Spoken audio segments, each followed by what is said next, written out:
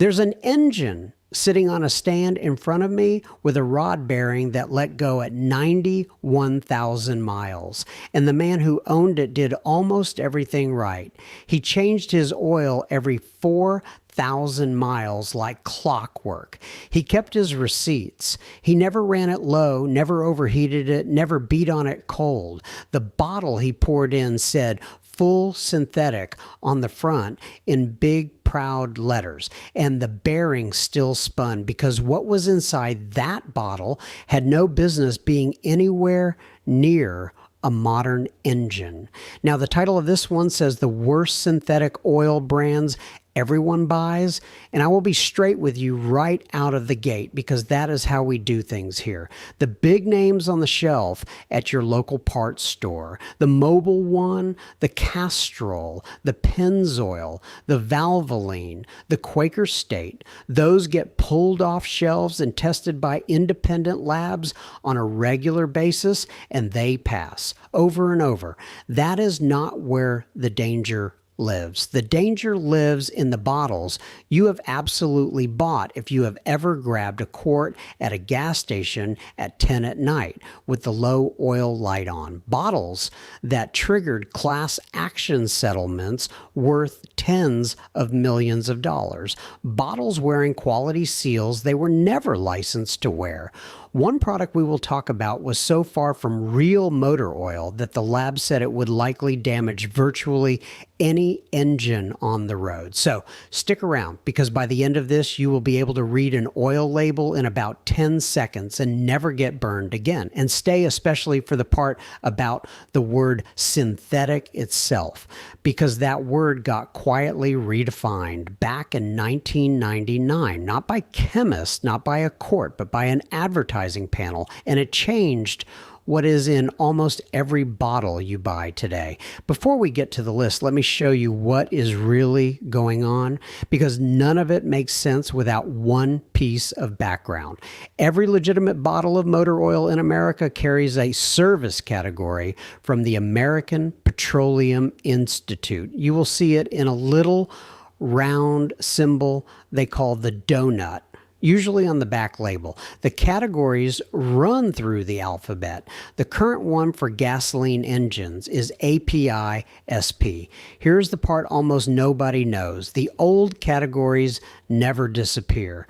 API SA is a rating for oils meant for engines built before 1930. No additives, no detergents, no wear protection to speak of.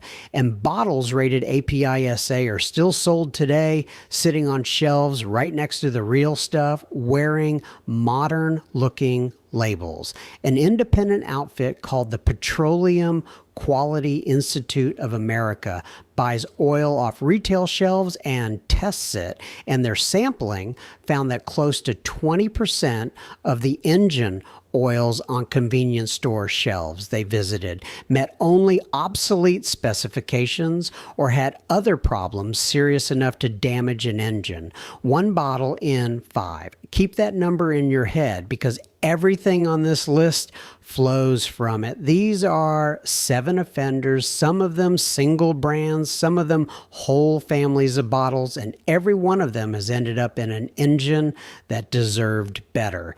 Number 1, DG Auto, the house brand motor oil that Dollar General sold in thousands of stores across the country.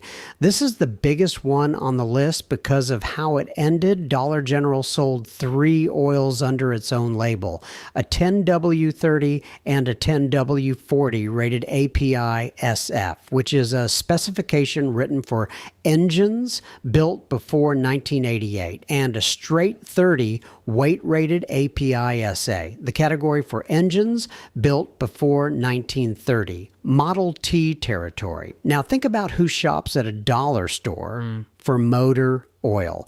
Somebody stretching a paycheck, topping off a Nissan or a Chevy from the last 15 years, trusting that if a store sells it in the automotive aisle, it must work in an automobile.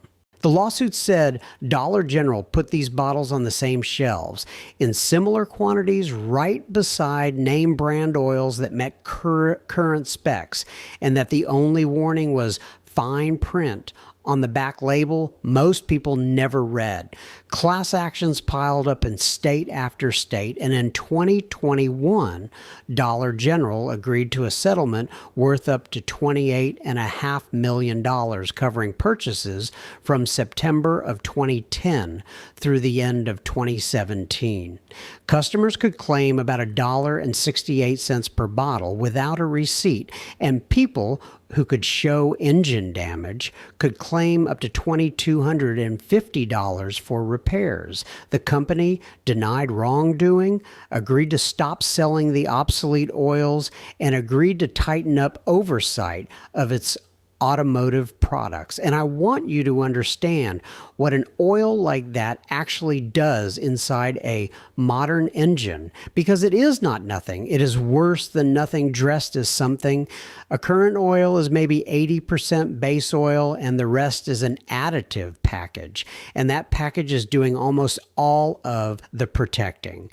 Detergents keep carbon and varnish from baking onto hot parts. Dispersants keep soot and contaminants suspended so the filter can catch them instead of letting them settle into sludge. Anti-wear compounds, the famous zinc and phosphorus chemistry, form a sacrificial film on cam lobes and lifters so that when the oil film gets squeezed out, the additive takes the hit instead of the metal. Acid neutralizers soak up the byproducts of combustion that would otherwise slowly eat your bearings. An API SA oil has none of that. It is bare oil, the way they made it when engines had huge clearances, low compression, and got rebuilt every 40,000 miles as a matter of routine. Pour it into an engine with tight, modern clearances, variable valve timing, running off oil pressure, and 100,000 mile expectation, and every one of those protection jobs simply goes undone. Quietly, all at once. But run the math on that for a second. 7 years of sales, hundreds of thousands of units, every one of them poured into a crankcase by somebody who thought they were doing maintenance when what they were really doing, drop by drop, was wearing their engine out faster. Number 2, XL Premium, made by a company called Amalie. This one is my personal favorite on the list, and I mean that in the worst possible way, because the label commits a sin that anybody who knows oil can spot from across the room. XL Premium was sold as a 10W30 and a 10W40. Multi-grade oils rated API, SA, and SB. Here's the problem. A multi-grade API, SA oil cannot exist. It is a contradiction in terms. The SA category describes oils from an era before multi-grade viscosity even existed as a standard. The W ratings, the winter ratings, were not recognized until the early 50s. So a bottle that says 10U40 API SA is telling you two things that cannot both be true. The way a car listed as a 1928 model with factory air conditioning is telling you somebody is lying.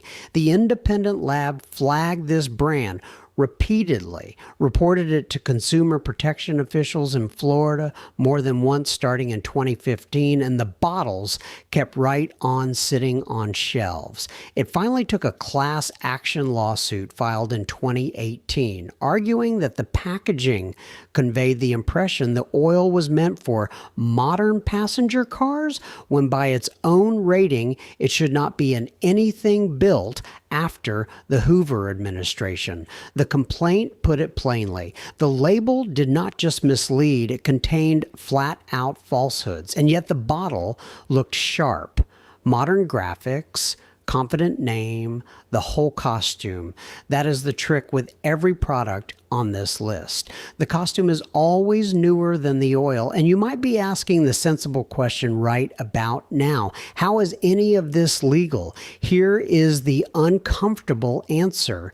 Selling an obsolete oil is not against the law because there is a legitimate sliver of a market for it. Somebody restoring a 1920s tractor, an antique stationary engine, a lawn ornament that runs twice a year at a show. The categories stay on the books for them. What the law mostly asks is that the rating appears somewhere on the bottle, and the bottom feeders learn to satisfy the letter of that rule in 6-point type on the back, while the front label does all the talking.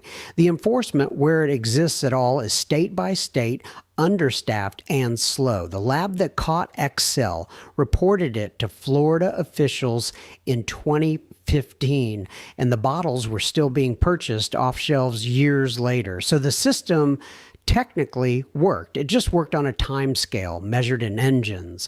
Number 3, the convenience store no spec gang, and I will name 2 ringleaders, Super Green Smokeless and a product called 3X Super Premium.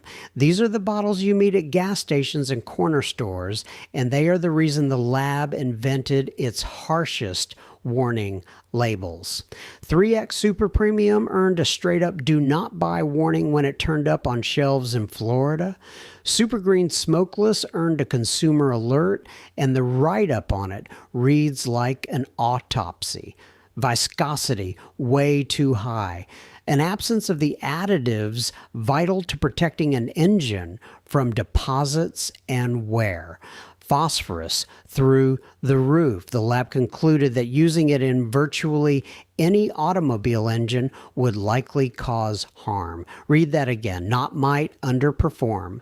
Likely cause harm. This is a product that existed on a retail shelf in the automotive section, shaped like motor oil, priced like motor oil, and chemically it was closer to a threat than a lubricant. Some of the oils in this family meet no recognized specification at all. There is no donut on the back because there is nothing to certify. And here's the mechanism of the scam, because there always is one. These bottles are not competing on quality. They are competing on the fact that you are stranded or tired or in a hurry, and the store's right there, and the bottle is $2 cheaper. The bet is that you will never connect the lifter tick that shows up 8 months later to the green bottle you grabbed on a road trip. And it is a good bet. Almost nobody ever connects it. So here's the practical move, and it costs you nothing. Keep 1 quart of a proper name brand oil in the trunk, the viscosity your engine calls for, bought at a real store on an ordinary Tuesday when you were not desperate. That 1 quart makes every gas station oil display on earth irrelevant to you forever. The whole business model of the no-spec bottle depends on catching you without options, and you just gave yourself an option that rides around with you. The old-timers did this without thinking about it. There was always a quart rolling around behind the seat of every pickup in America, and it turns out that habit was not clutter, it was armor.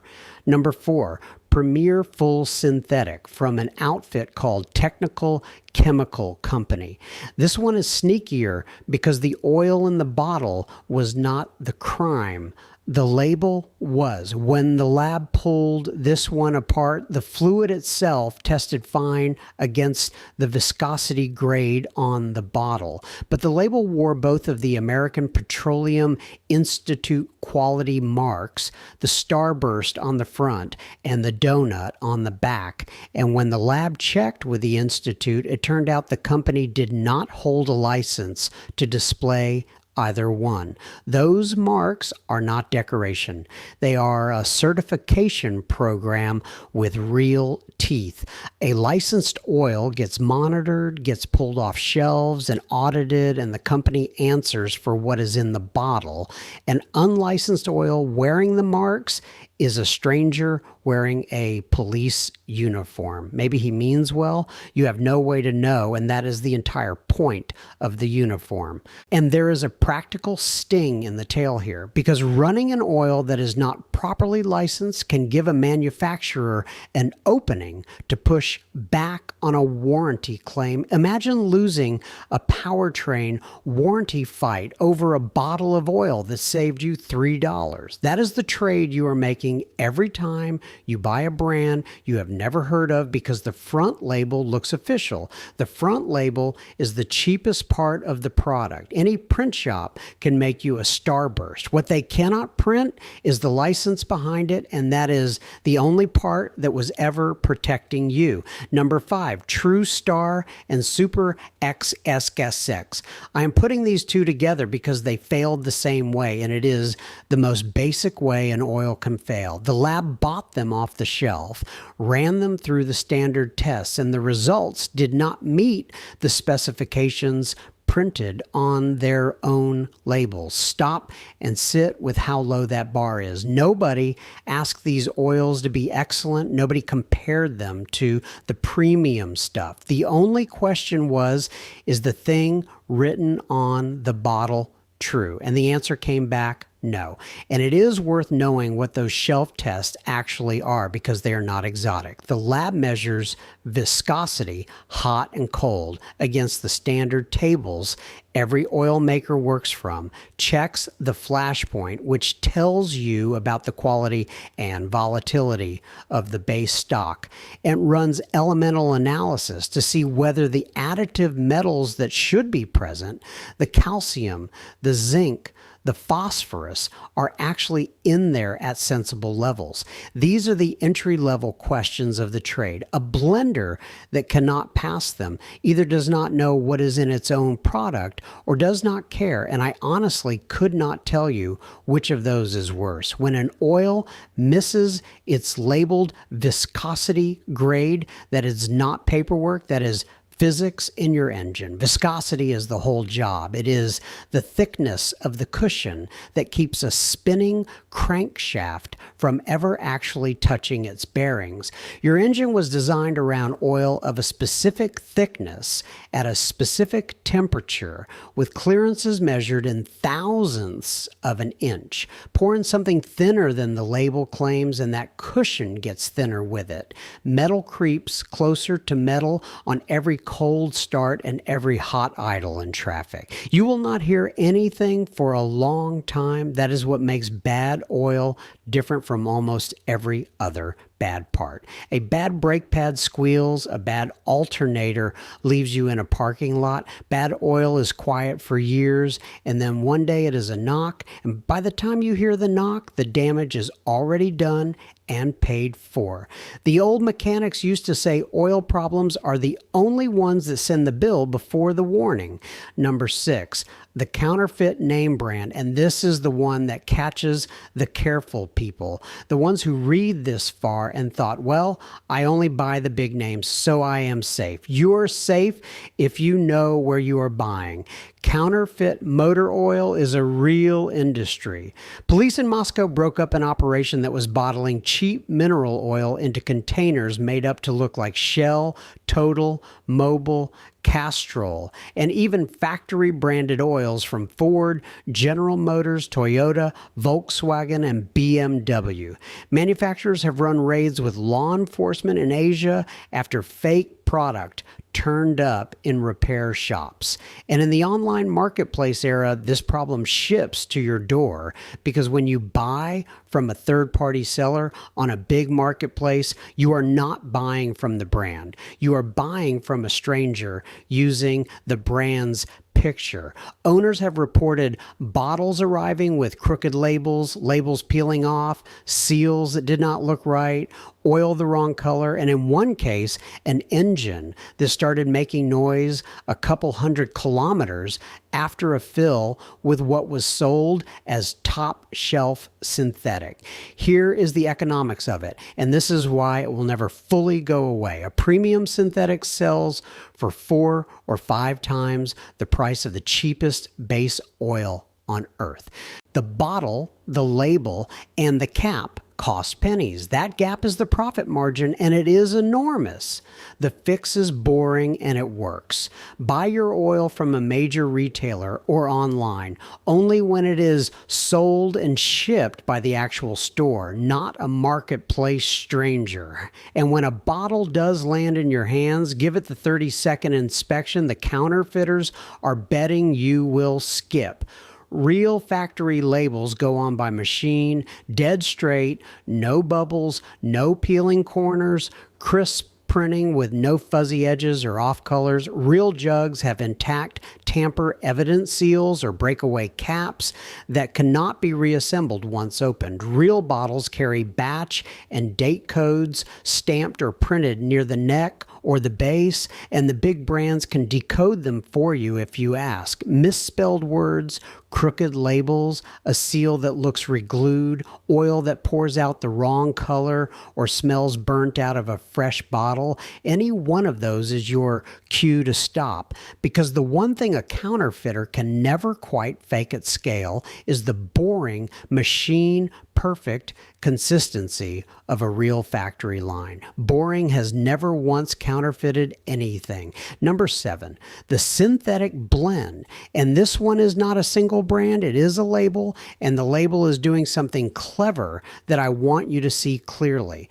A synthetic blend is conventional oil with some amount of synthetic base mixed in. Ask the obvious question: how much synthetic does a blend legally have to contain before the word can go on the bottle? Go ahead and look for the rule. There is not one, no defined minimum, no standard. A blend could be half synthetic or it could carry a splash, and the front of the bottle reads the same either way. Independent analysis of base oil quality has found that many blends, including some from names you would trust, perform down at the level of ordinary conventional oil, which makes sense because that is mostly what they are. Now, is a blend going to destroy your engine the way the API SA bottles will? No. And I told you I would be straight with you. A blend that carries a current API rating is a legitimate oil that meets the spec on its donut. The destruction here is slower and aimed at your wallet because the word synthetic on that label is doing the selling, and you are paying a premium for a word with no measurement behind it. It is the same move as coffee flavored or made with real fruit. Technically true, deliberately unmeasured in fairness, and because honest is better than impressive, there are moments where a blend is a perfectly rational buy. If your engine is older, your oil change intervals are short, and the blend is genuinely cheaper than the full synthetic on the next shelf, you are getting a current spec oil at a discount, and nothing bad happens. The problem is that at a lot of stores, the blend is priced within $1 or $2 of the real full synthetic. And at that point, the math collapses. You're paying nearly synthetic money for mostly conventional oil. And the only thing bridging that gap is typography. And it works because the marketing department figured out a long time ago that the word synthetic sells oil better than any number on the back of the bottle ever could. Which brings us to the part of this story that should actually change how you see every bottle on the shelf. Because here's the part that actually matters, and it is the story I teased at the top. Rewind to the late 90s. Back then, the word synthetic on a bottle of oil meant something specific. It meant a base oil built molecule by molecule in a chemical plant, a polyalpha olefin engineered from the ground up instead of refined out of crude. That stuff is genuinely superior. Uniform molecules, brilliant cold flow, tremendous resistance to breaking down under heat. It is also expensive to make. So, then Castrol quietly changed the recipe of its flagship synthetic, Syntec, swapping the engineered base for something called Group 3, which is crude oil refined very aggressively under heat and pressure, a process they call hydrocracking. Forget the jargon. It is very good, very clean mineral oil. It is not built, it is cleaned, and it costs roughly half as much as the engineered engineered stuff. Mobil, who was selling true engineered synthetic in Mobil 1, had samples tested, found mineral base oil in a bottle labeled synthetic, and filed a challenge. But notice where the fight happened, not in a courtroom. It went to the National Advertising Division of the Better Business Bureau, an industry self-regulation panel that rules on advertising claims. And in 1999, that panel ruled that Castrol could keep calling it synthetic. The reasoning leaned on definitions loose enough to say that if you change the molecules substantially, you have synthesized something. The ruling was never appealed. It carried no legal force. It did not need to. Every oil company on earth read it the same way. The expensive word was now available at the cheap price, and the whole industry moved. Today, the overwhelming majority of the full synthetic on American shelves is that highly refined crude sold at a synthetic premium, and it is completely legal because a word that used to describe chemistry now describes a marketing tier. There's no money in telling you what a base oil actually is. There is a great deal of money in a word that adds $5 to a jug without adding $5 of anything to the jug. And the bottom shelf junk, we spent this whole video on, lives in the shadow of that same move. Once the industry proved that the words on the front of the bottle could drift away from the contents, the drift never stopped. The majors drifted a little and stayed honest where it counts. On the donut, the bottom feeders drifted all the way to bottles of nothing wearing the costume of oil. Same current, different distances downstream. And I think that is the real lesson hiding under all of this. An oil label used to be a handshake. A straight 30 weight from 1960 was a simple product from a simple market, and what it said was what it was. Somewhere along the way, the label stopped being a description and became an advertisement, and those are different documents written by different departments for different reasons. The engineering on a modern bottle of oil is genuinely magnificent. The additive chemistry in a current spec oil would look like science fiction to the men who built the engines I grew up on. But the words on the front of the bottle are not engineering. They are bait.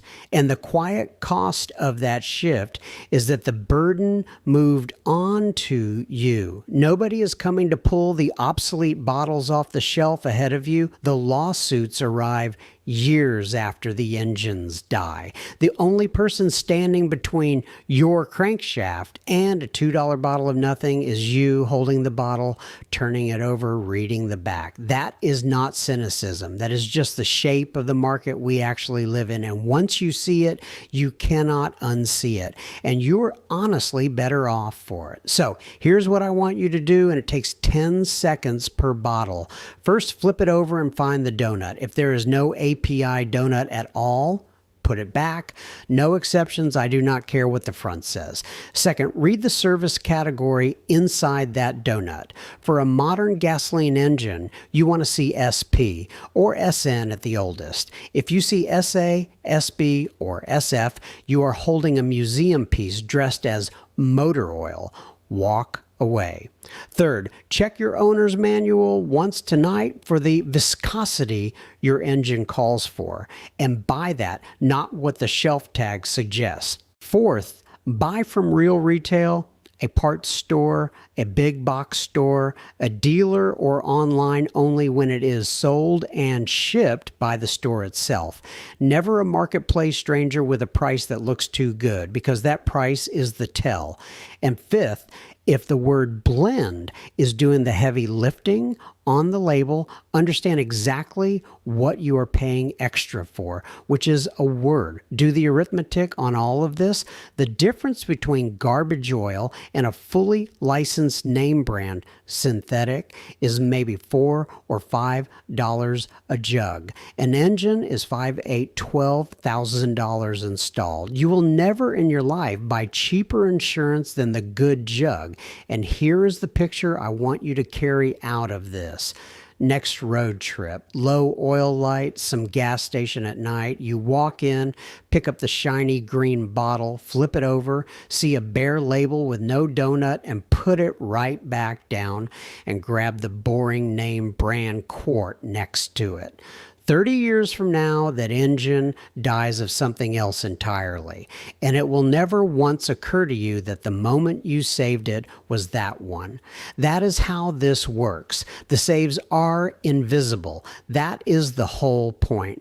Tell me in the comments below what oil you run and why, and I mean the real reason, whether it is the data, the price, or just what your dad ran. And if a cheap bottle ever bit you, or you have spotted one of these obsolete labels in the wild at a store near you, name the store and the state, because those comments genuinely help the next person who reads them. And I read every single one. They are half the reason I keep making these. If this saved you from a $2 mistake, subscribe. Because next time we are finally doing the one I have been promising forever, the transmission fluid that is filled for life. The factories seal the pan, throw away the dipstick, and tell you it never needs changing. And I am going to show you exactly whose life they mean when they say lifetime, because I promise you it is not yours and it is not the transmission's. That one is going to ruffle some feathers. Until then, flip the bottle, read the donut, and trust the label exactly as far as the license behind it. I will see you in the next one.